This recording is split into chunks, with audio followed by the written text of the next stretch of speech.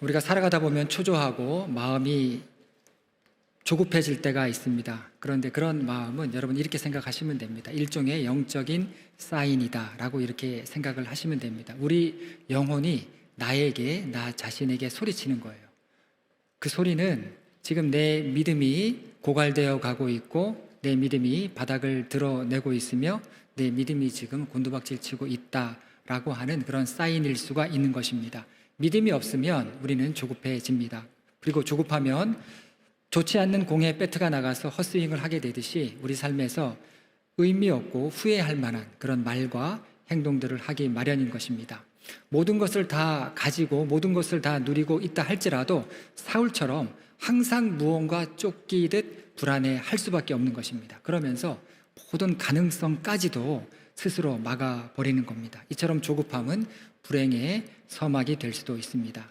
사울의 불순종은 이런 조급함들이 원인이 되어서 자기 생각대로 하나님을 앞서가기 시작했고 결국 이것이 불순종에 이르는 것을 보게 됩니다. 이 굉장한 아이러니가 있는데 사울에게서 그 아이러니가 뭔가 하면 두 번의 치명적인 불순종에 대한 이야기가 성경에 나오는데 이 사울의 두 번의 불순종은 모두 예배와 관련이 있었다라는 겁니다. 첫 번째 블레셋과의 싸움에서 저지른 불순종은 사울이 블레셋의 겁을 먹고 도망가는 이스라엘 사람들을 단결시키고 그리고 마음을 새롭게 해서 전투를 준비시킬 목적으로 어떻게 했습니까? 사무엘을 기다리지 않았죠. 자기 임의로 하나님께 예배를 드린 것이었습니다. 그리고 두 번째 아말렉과의 싸움에서도 이때도 불순종하게 되는데 하나님은 아말렉의 모든 소유를 진멸하라고 말씀을 하셨고 그런 명령을 받았음에도 불구하고 이 백성들의 비위를 성급하게 맞추고자 가장 좋은 짐승을 죽이지 않고 남겨두도록 허락했던 것입니다. 이 역시도 표면적으로는 하나님께 예배 드리기 위해서였다고 사울은 그의 입으로 그렇게 이야기하는 것을 보게 됩니다. 사울은 일을 잘하려고 했던 것 같습니다. 그런데 나름대로였어요. 나름대로 일을 잘하려고 했는데 이것은 하나님을 예배하는 삶은 아니었다라는 것입니다. 그렇게 일만 잘하려고 하다 보니까 그 과정에서 자기가 주인이 되고 하나님은 수단이 되어버리는 아주 잘못된 모습들을 보이게 되었던 겁니다. 하나님이 전부가 아니었어요. 예배가 그의 삶의 중심이 아니었던 것입니다. 하나님까지도 방법으로 대했던 이 사울의 모습을 보게 됩니다. 점점 예배와 하나님께서 맡기신 왕의 사명은 별개의 것이 되어가는 것을 보게 됩니다. 그러니까 이 사울은요, 나쁜 일 한 게 아니에요. 선하고 좋은 일을 하는 중에 죄를 지었다. 여러분, 우리가 그렇게 될 수 있어요. 저도 그렇게 될 수 있어요. 하나님께서 맡기신 이 목회가 귀한 건데 이 귀한 줄을 깨닫지 못하고 선한 줄 깨닫지 못하고 좋은 일인 줄 깨닫지 못하고 그냥 제 생각대로 뭔가를 하게 될 때 저도 죄를 짓는 거예요. 여러분도 거기에서 예외는 아니신 것입니다. 그래서 이 사울은 하나님께서 맡기신 일을 하는 와중에 그만 하나님께 기름 부음 받은 왕의 신분에서 점점점 몰락하게 되었던 것입니다. 기름 부음에 맞추어서 일을 하지 않았던 거예요. 일을 잘하는 건 좋은 일이지만 하나님의 일은 그냥 내가 열심히 한다고 되는 것이 아니라 하나님 앞에 내가 먼저 죽어야 하고 제물이 되어서 온전히 드려지는 예배가 없다면 그 일은 사울에 의해서 우리가 보듯이 그 사람을 잘못되게 할 수 있는 독이 될 수 있는 것입니다. 결국 사울은 하나님께 받은 사명을 엉망으로 만들어버립니다. 그래서 하나님은 사울이 망쳐놓은 그 일을 바로 잡기 위해서 다윗을 세우셨던 것입니다. 다윗은 이 성경 인물들 중에서 온전하게 일대기가 남아있는 그런 인물이기도 합니다. 그리고 다윗은 성경 인물들 중에서 가장 복잡한 인물이기도 합니다. 그리고 그의 일생에는요, 로또가 없습니다. 우리가 언제 한번 내 인생에 로또가 떨어지나 이런 생각하는데 여러분, 다윗에게는 기적도 없고 로또도 없었던 것입니다. 그리고 그는 평생 전쟁터에서 살았죠. 전투를 승리로 이끌 때도 있었습니다. 그런데 때로는 미친 척 하면서 살아가기도 합니다. 그렇게 해야 살아남을 때도 있었습니다. 그리고 다윗은 역사에 남을 도시, 지금도 예루살렘으로 성지순례를 많이 가는데 방송에서도 예루살렘에 대한 이야기가 굉장히 많이 나오는데 이 예루살렘을 세웠던 사람이 다윗이에요. 여부스 족속이 점령하고 있던 그 땅을 아무도 차지할 생각도 못하고 엄두도 못 냈는데 이 용맹했던 다윗이 여부스 족속을 무찌르고 이 예루살렘을 차지하고 도시를 세우게 됩니다. 이처럼 다윗은 역사에 남을 도시를 세우는가 하면 어떤 때는 적에게 투항해서 그 왕을 모셨던 인물이기도 합니다. 지난 시간 사무엘이 다윗에게 기름 부음을 받는 말씀을 우리가 살펴보았는데, 이 다윗 앞에는 수식어가 하나 붙어 있었죠. 막내라고 하는 수식어가 붙어 있었습니다. 아버지 이새도 다윗을 별로 주목하지 않았어요. 그리고 다윗은 자기 집에서 관심 밖의 아이였던 것입니다. 아버지가 볼 때 그는 부족한 아들이었죠. 하나님의 선지자가 제사를 드리자고 했을 때에도 막내 아들은 없어도 괜찮다고 생각할 정도로 대단치 않은 그런 존재였습니다. 저는 이 막내 아들, 혹시 여러분들 중에 형제가 많고 막내인 그런 성도님들이 계실 것 같습니다. 저도 막내인데 위로는 형님이 계시고 그 다음에 누님 두 분이 계시는데 제가 이 막내의 의미를 알아요. 형님은 공부 잘하셨어요.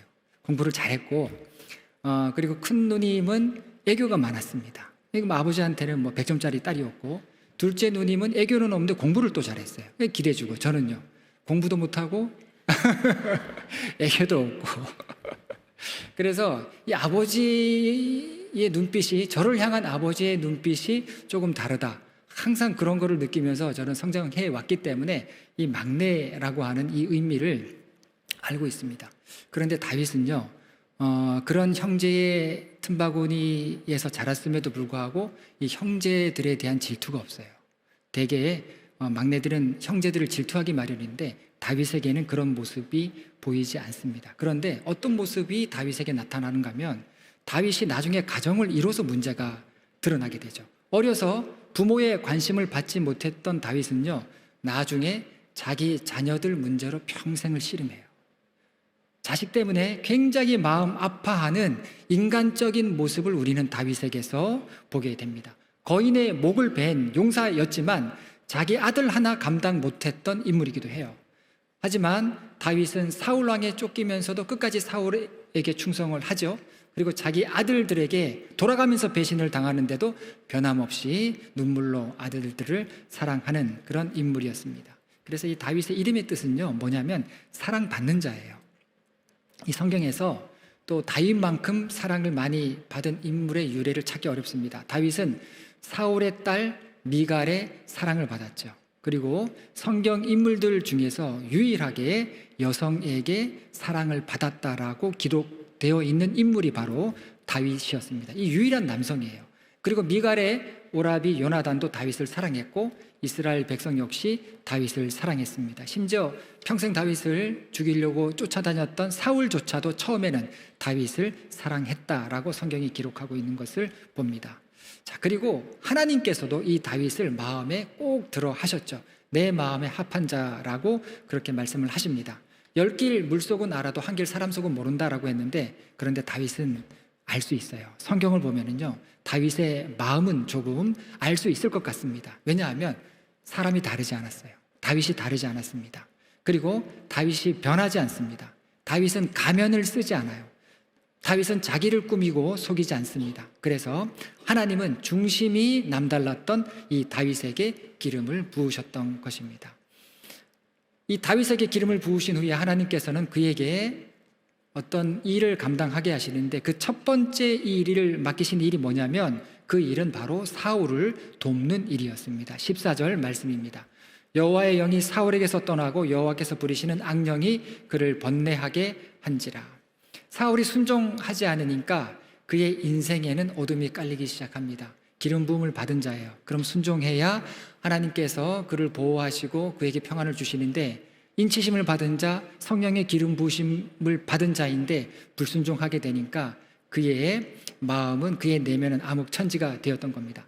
이 황량하고 불쌍하고 외로운 영혼에게서 하나님의 보호하심과 하나님의 사랑이 떠나가는 거예요. 하나님께서 떠나가신 것이 아니라 엄밀하게 말하면 사울이 하나님을 멀리하기 시작했던 것입니다. 기름 부은 자가, 기름 부음을 받은 자가 하나님을 멀리하게 되니까 어떻게 됩니까? 그의 마음은 격정과 광기와 질투의 거센 파도가 그 안에서 휘몰아치게 되는 것을 보게 됩니다. 점점 그의 마음이 암흑천지가 되어 갔던 것입니다. 그래서 계속되는 이 불순종의 결과로 사울의 마음은 온갖 악함의 먹잇감이 되어 버렸던 것이죠. 우리가 이 14절 말씀에서 좀 이해하기 어려운 부분이 있습니다. 여호와께서 부리시는 악령이라고 하는 이런 말씀이 나오는데, 그럼 하나님께서 악을 행하신다라고 하는 그런 의미인가? 그런 뜻은 아니죠. 그러니까 이 사울의 문제는요, 정신적인 문제가 아니었다는 거예요.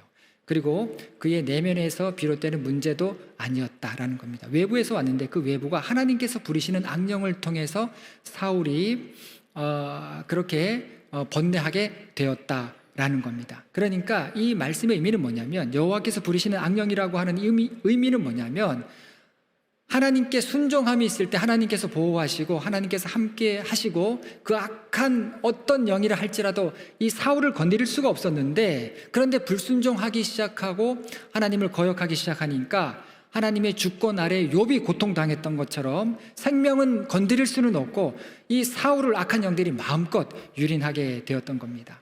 이 기름 부음 받은 자이고 하나님께 순종해야 될 사람이 그런 삶을 살지 못하니까 번뇌할 수밖에 없었던 것입니다. 이 사울의 문제는요, 한 사람의 문제가 아니었죠. 하나님께서 세우신 나라와 그의 백성에 관한 문제였습니다. 그래서 하나님의 목적대로 살아가는 것이 너무나도 중요했는데 그러지 못하니까 말할 수 없는 고통 가운데 있게 된 것을 우리는 이 사울을 통해서 알게 됩니다. 여러분, 그래서 믿음의 사람도요, 하나님의 목적대로 살기를 애써야 돼요. 그러지 않으면 신앙생활이 고통이 됩니다. 신앙생활을 통해서 오히려 사울처럼 번뇌하는 그런 아주 끔찍한 일들을 겪을 수밖에 없는 거예요. 이 사울이 어떻게 변해갑니까? 하나님이 점점 안중에 없어져요. 그리고 자기도 모르게 점점 교만하게 되니까, 높은 자리에 자신을 올려놓게 되니까 모든 종류의 불안과 두려움이 그를 내리누르기 시작했던 것입니다. 어떤 특권은 계속해서 누리고 있지만 그 영혼의 평안함이 없는 거예요. 말씀이 생명의 길이었고 말씀에 대한 순종이 생명과 축복을 가져오는데, 이 사울은 생명의 길을 떠나서 심판과 죽음의 영역으로 스스로 들어가 버렸던 것입니다. 그래서 여러분, 이것은 사울에 대한 개인적인 심판이에요.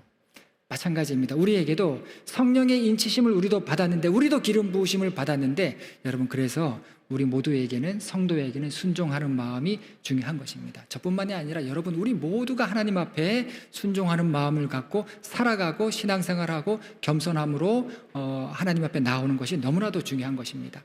하나님을 향해서 거역하는 생각과 마음을 갖게 되면 사울처럼 우리 안에 신실과 위로와 평강을 잃어버리게 되는 것입니다. 사울이 모든 것을 다 잃어버렸던 거예요. 그래서 보다 못한 신하들이 사울 왕에게 수금 잘 타는 사람을 구해서 음악 치료로 도움을 받을 것을 청하면서 다윗을 추천하죠. 18절 말씀입니다.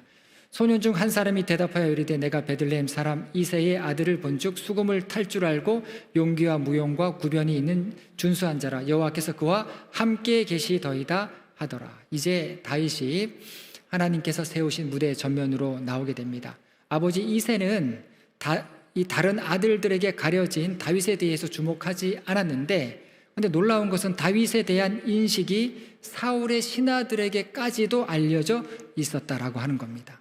아버지는 몰랐는데, 이 막내 아들 다윗이 어떤 인물인지 몰랐는데 다른 사람들은 이 다윗이 어떤 사람이라는 걸 알고 있었다고 하는 겁니다. 여호와께서 그와 함께 계시더이다. 이 정도로 이 다윗에 대해서 알고 있었던 것입니다. 다윗의 모습은, 이 준비된 모습은 기대 이상이었죠. 무엇보다 수금 연주를 잘 했습니다.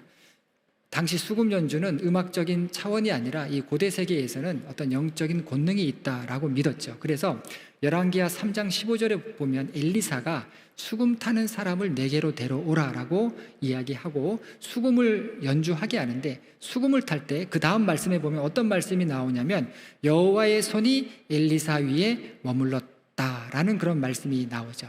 그러니까 하나님을 찬양하는, 수금으로 하나님을 찬양하는 것은 음악 감상의 이상이었던 것입니다. 좋아해서 듣는 음악과는 달랐던 거예요. 여러분, 그래서 우리 성가대의 찬양팀 너무 중요한 거예요. 악기 연주팀 너무 중요하고요. 우리 반주하시는 분들 너무 중요합니다. 여러분의 영적인 상태 스스로 잘 돌보셔야 돼요. 여러분의 목소리를 통해서, 여러분의 연주를 통해서 상한 심령이 회복되고 힘을 얻고 위로를 받는 역사가 찬양할 때 있게 되는 겁니다. 우리 모두가 찬양할 때도 너무 중요한 것입니다.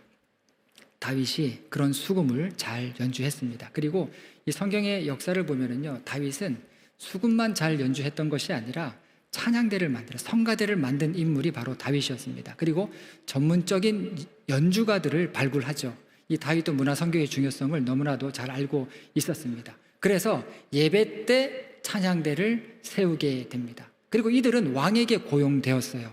안정적인 생활이 가능했고, 그리고 전문적인 훈련이 필요한 그런 직업이었기 때문에 국가적으로는 보물과 같이 여기게 됩니다. 그런 기록이 나옵니다. 이 기록이 어디에 있냐면 주전 701년 예루살렘을 침공한 사네립, 이 사네립이라고 하는 왕 이름도 성경에 나오는데 사네립의 비문이 남아 있어요. 예루살렘을 침공했을 때 그 침공했던 그 기록들이 사네립 비문에 나와 있는데, 그 비문에 보면 어떤 이야기가 나오냐면 히스기야 왕이 많은 보물과 함께 남자와 여자 음악가들을 이 아시리아의 수도 니느웨로 보냈다라고 하는 그런 기록이 나옵니다. 그러니까 히스기야가 조공을 바쳤는데 많은 보물과 함께 음악가들을 바친 거예요.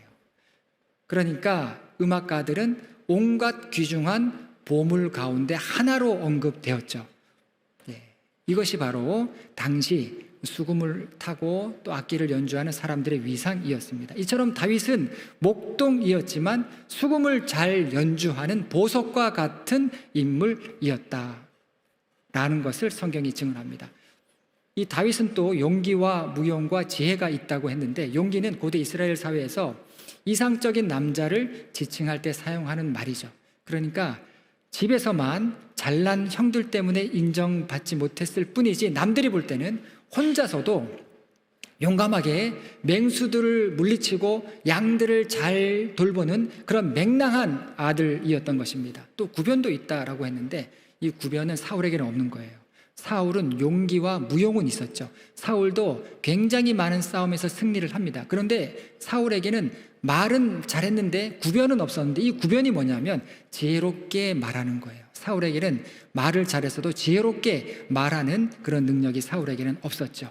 자, 목동에 지나지 않았는데 다윗은 어떻게 이렇게 성장할 수 있었겠습니까? 양들을 치는 목동에 불과했는데 언제 이렇게 다윗이 성장했겠습니까? 다윗이 들에 나가서 양들을 칠 때 하늘이 하나님의 영광을 빛내고 땅이 하나님의 솜씨를 뽐내던 어느 날 하나님을 만났을지도 모르죠.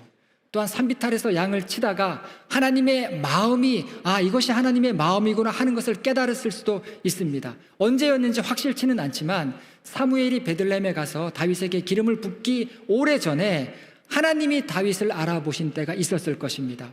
하나님의 부르심에 다윗이 마음을 들이고 중심을 다해서 응답한 때가 분명히 있었을 것입니다.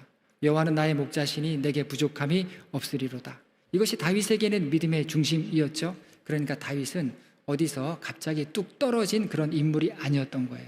다윗은 사울처럼 머리를 굴리면서 반응했던 인물이 아니라 마음으로 응답했던 인물이었고, 하나님께서는 그런 다윗을 주목하셨던 것입니다. 그렇기 때문에 하나님을 향해 영원히 확정된 마음을 다윗은 그가 살아가는 동안 갖게 되었던 것입니다.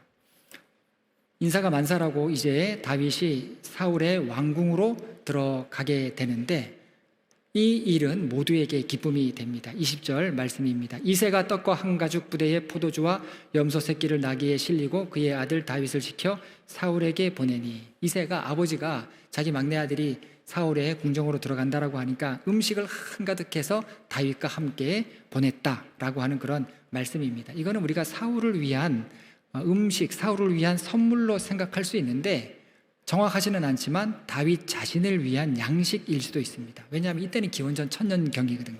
그러니까 국가에 공식적인 세금 제도가 없었습니다. 이때 아직 이스라엘이라고 하는 나라는 이렇게 잘 체계가 갖춰진 나라가 아니었죠. 사울도 이스라엘의 왕이라고 하지만 부족장 정도에 불과했습니다. 이집트나 아시리아나 바벨론이나 이런 강대국들에 비하면 이 이스라엘이라는 나라는 변방의 조그만 부족밖에 되지 않았죠. 그래서 이런 음식을 준비했다라고 하는 것은 세금 체계가 제대로 갖춰져 있지 않았기 때문에 다윗은 자기 음식을 갖고 들어갔다라고도 해석할 수가 있는 부분입니다. 어쨌든 이새는 이런 음식들을 기쁨으로 준비했던 겁니다. 하나님께서 되게 하시는 일이 있어요. 사람이 막 억지로 하는 일과 하나님께서 되게 하시는 일이 있는데 그 차이가 뭐냐면 억지로 하면 기쁨이 없어요. 그런데 하나님께서 되게 하시는 일에 내가 동참하면 기쁨을 누리게 됩니다. 그리고 쏟아부어도 아깝지 않을 자발적인 헌신들이 있죠. 이새가 다윗을 위해서, 사울을 위해서 많은 음식을 준비해서 보내게 됩니다. 기쁨이 되었던 거예요. 그런데 이새뿐만이 아니라 사울도 다윗을 기뻐합니다. 21절과 22절 말씀입니다. 다윗이 사울에게 이르러 그 앞에 모셔 섬에 사울이 그를 크게 사랑하여 자기의 무기를 드는 자로 삼고 또 사울이 이새에게 사람을 보내어 이르되 원하건대 다윗을 내 앞에 모셔 서게 하라. 그가 내게 은총을 얻었느니라 하니라. 그의 앞에 모셔 섰다라고 하는 것을 직역하면 얼굴 앞에 세웠다라고 하는 그런 뜻이죠. 집에서는 잘 드러나지 않는 막내였는데 이제 왕의 최측근이 된 것입니다. 그리고 사울이 다윗을 사랑했다라고 하고 그의 무기를 드는 자로 삼았다고 했습니다. 사울은 다윗을 많이 신뢰하고 그리고 다윗을 의지하게 됩니다. 왜냐하면 이때 사울은요, 자신을 어디에 두어야 할지, 자기가 어디에 서야 할지 몰라서 두렵고 매일같이 불안한 삶을 살고 있었던 것입니다. 이 불안이 사울의 영혼을 잠식했어요. 그러면서 사울은 점점 마음을 잃어버리기 시작했던 것입니다. 보이지 않는 부분이 보이는 부분을 지배하죠. 물론 그 반대의 경우도 성립합니다. 우리 연세가 드신 분들은 아실 거예요. 점점 육체가 정신을 지배한다는 것을 여러분 다 아실 것입니다. 몸이 지치면 마음도 지치죠. 몸이 늙기 시작하면 마음마저도 늙어가는 것입니다. 이건 자연스러운 노화의 현상이고 몸이 잘 움직여지지 않으니까 마음도 어떤 새로운 도전을 하는 것을 두려워합니다. 매사에 의욕이 없어지는 것도 당연하고요. 매사에 즐거움을 하나둘씩 잃어가는 것도 노화의 자연스러운 결과입니다. 그래서 안 믿는 사람들은 인생이 허무하다라고 이야기하지 않습니까? 그런데 우리 믿는 사람은 어떻습니까? 이게 하나님께서 하시는 일이라는 걸 알아요. 그렇기 때문에 이거를 거스르지 않습니다. 그래서 우리 믿는 사람은 점점 세월이 지날수록 그럴수록 우리는 천국의 가까움을 알고 믿음이 얼마나 소중하냐, 얼마 남지 않은 시간 믿음으로 사는 것이 얼마나 소중하냐, 그리고 하나님께서 내게 맡기신 일들이 얼마나 중요한가 하는 것을 우리는 깨닫게 되는 것입니다. 하지만 사울의 경우는요, 자연스러운 노화가 아니에요. 하나님께서 세우셨는데, 사울을 세우셨는데 하나님께 도발하는 삶을 살다가 자기 환멸 속에서 서서히 무너져간 게 사울의 모습이었던 것입니다.